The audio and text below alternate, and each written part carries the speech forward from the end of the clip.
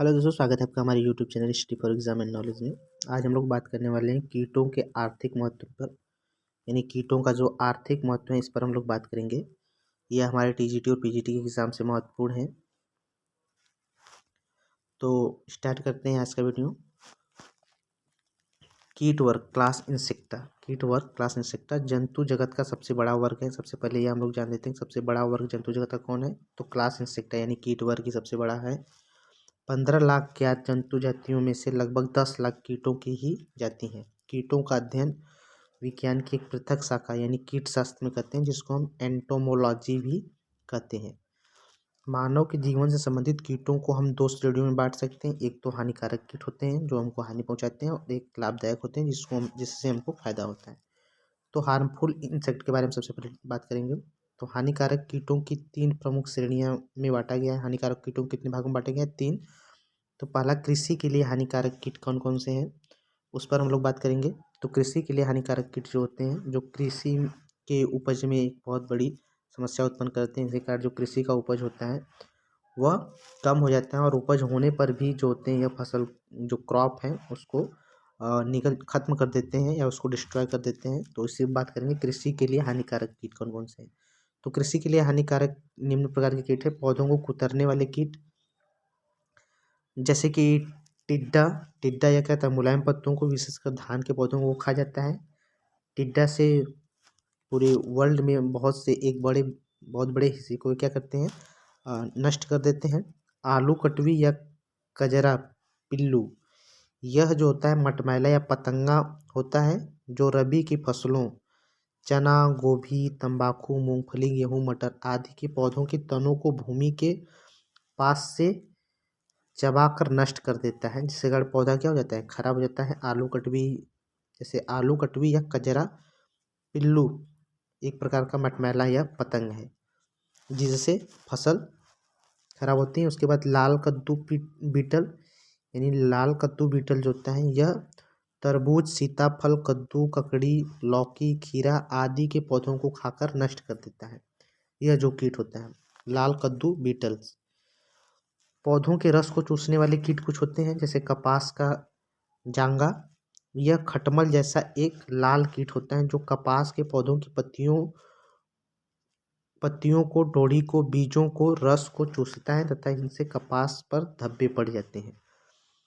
उसके बाद गन्ना पुड़ फुदकी फाइरीला, यह एक छोटा सा पतंगा होता है जो गन्ने की पत्तियों को एवं तने का क्या करता है, रस चूस जाता है।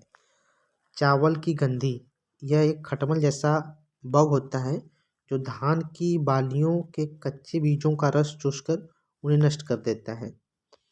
चावल की गंधी इसको कहते हैं। गोभी का चेम्पा, यह एक गोभी, सरसों आदि के तनों में फलों के रस को क्या करता है, चूस जाता है। गोभी चेम्पा एक प्रकार का पतंगा है। काला सुंडर, यह धब्बेदार काला सलगम, मूली, गाजर आदि के पत्तियों के रस को चूसकर इन्हें क्या कर देता है, सुखा देता है। इसके बाद आम का तेला या लासी, यह बग आम की कोमल टहनियों और कलियों को रस चूसता है, जिसके कारण पैदावार पर क्या होता है, असर पहुंचता है। पौधों में धस कर इनके खोखले बनाने वाले कीट। अब कुछ कीट ऐसे होते हैं जो पौधे के अंदर धस करके उनको खोखला बना देते हैं। तो कपास की सुराही तथा कपास का कीड़ा, इन पतंगों की लार्वी कपास के फूलों, फलों एवं बीजों में घुसकर इन्हें क्या कर देते हैं, खोखला कर देते हैं।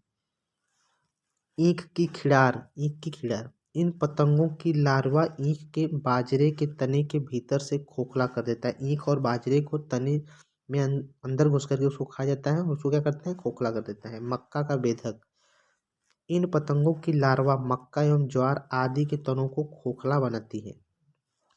पौधों में अंडारोपण करने एवं घोंसले बनाने वाले कीट, तो कुछ कीट ऐसे होते हैं जो पौधों में अंडारोपण करते हैं और घोंसला बनाते हैं।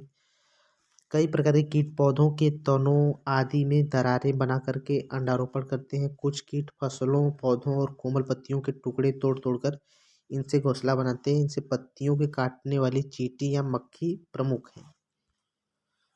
मनुष्य एवं पालतू पशुओं के लिए हानिकारक कीट, तो मनुष्य एवं पालतू पशुओं के लिए ये हानिकारक कीट निम्न प्रकार के होते हैं। खिंचाने वाले कीट, कुछ कीट क्या करते हैं, बहुत खिंचाने वाले कीट होते हैं। अनेक प्रकार के कीट मनुष्य तथा पालतू पशुओं को सहवासी होते हैं, जैसे काकरोच, लाल व काली चींटियां, झींगुर आदि, परंतु इनकी गंध तथा शरीर से इनका स्पर्श अच्छा नहीं लगता और इनसे पशु एवं मनुष्य तथा पशु क्या होते हैं, खींच उठते हैं। तो ये खिंचाने वाले कीट हैं जो मनुष्यों और पशुओं क्या करते हैं, परेशान करते हैं। जहरीले कीट, कुछ कीट जहरीले होते हैं, इनसे मनुष्य तथा पशुओं को शारीरिक पीड़ा हो जाती है, जैसे ततैया, मधुमक्खी का डंक का अनुभव बहुत कष्टदायक होता है। चींट, मच्छर आदि कीट जो होते हैं, इनसे खुजली व जलन होती है। इनसे क्या होती है, खुजली व जलन होती है। तो ये जहरीले कीट के अंतर्गत आते हैं। परजीवी कीट, जैसे कुछ कीट ऐसे होते हैं जो परजीवी के रूप में जीवन यापन करते हैं, जैसे पैटिकुलस, जू, साइमेक्स तथा खटमल, जियोनोप्लिस, पिस्सू मच्छर आदि परजीवी हैं तथा मनुष्य पालतुओं में यह रुधिर चूसते हैं और उनमें रोग भी उत्पन्न करते हैं। रोग फैलाने वाले कीट कुछ होते हैं, अनेक कीट जैसे कि मक्खी, मच्छर आदि मनुष्य के अनेक रोगों के वाहक होते हैं। सीसी मक्खी अफ्रीका में निद्रा रोग के लिए जिम्मेदार है। सैंड फ्लाई जो होती हैं जिसके कारण काला आजार होता है। ओरिएंटल सोर, चूहे के पिस्सू जो होते हैं ब्यूफोनिक प्लेग उत्पन्न करते हैं। खटमल टाइफस बुखार उत्पन्न करता है। घोड़े की मक्खी एवं अन्य पशुओं जो होते हैं, अन्य पशुओं का सूरा रोग आदि को क्या करते हैं, फैलाते हैं। उपयोगी वस्तुओं के विनाशकारी कीट, यानी कुछ कीट ऐसे होते हैं जो उपयोगी वस्तुओं को नष्ट कर देते हैं। तो इसमें से जैसे दीमक, यह कागज तथा लकड़ी को क्या करता है, खा जाता है। रजत मीन या लेप्सिमा, यह मंड के शौकीन होते हैं और पुस्तकों और कागजों के फोटो आदि को क्या करते हैं, खा जाते हैं। हानिकारक कीटों का नियंत्रण किस तरह से किया जाए। यांत्रिक नियंत्रण, कीटों को हाथ से चुनकर मार डालते हैं। ताप नियंत्रण, ताप को कम या ज़्यादा करके कीटों को मारा जा सकता है। जैविक नियंत्रण में शरीर कीटों के द्वारा शिकार करके शिकारी कीटों द्वारा जो हानिकारक कीट है उनका शिकार करके, नर बंधीकरण करके, फंदों में लिंग आकर्षक तथा लिंग हॉर्मोन्स का क्या करते हैं, उपयोग करके भी इनका जैविक नियंत्रण किया जा सकता है। रासायनिक नियंत्रण कैसे किया जा सकता है। Ethylene dichlorides, SO2, HCN, carbon disulphide इत्यादि कीटनाशकों का प्रयोग करके हम कीटों का नियंत्रण कर सकते हैं। स्पर्शविष, जैसे gammexane, DDT, dichloro, phenyl trichloro, ethane, Aldrin आदि का प्रयोग करके हम जो है कीटों का नियंत्रण करते हैं। खाने वाले विष, जैसे कि sodium fluoride, sodium arsenate, lead arsenate आदि का उपयोग करके भी हम कीटों का नियंत्रण कर सकते हैं। अब इसके बाद बात करेंगे लाभदायक कीट, जैसे कि मधुमक्खी से हमको क्या प्राप्त होता है, शहद प्राप्त होता है और इसके साथ साथ मोम भी मिलता है। यह परागण में भी क्या करती हैं, सहायता करती हैं। रेशम कीट या बॉम्बिक्स मोरी, इससे वास्तविक रेशम प्राप्त होता है।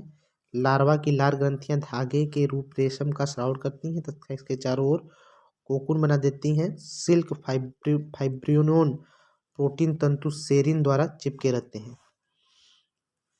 उसके बाद लैसिफर्स डेकार्डिया लैका, यह लाख कीट होता है जो मादा कीट लाख का श्रावण करती हैं। कैंथरडीन बीटल कैंथरडीन उत्पन्न करता है। डेक्टालोप्सिस कोकस, इससे लाल आल्ता तथा टैनिन प्राप्त किया जाता है। तो आशा करते हैं कि आपको वीडियो पसंद आएगा। वीडियो पसंद आए तो वीडियो को लाइक करें। थैंक्स।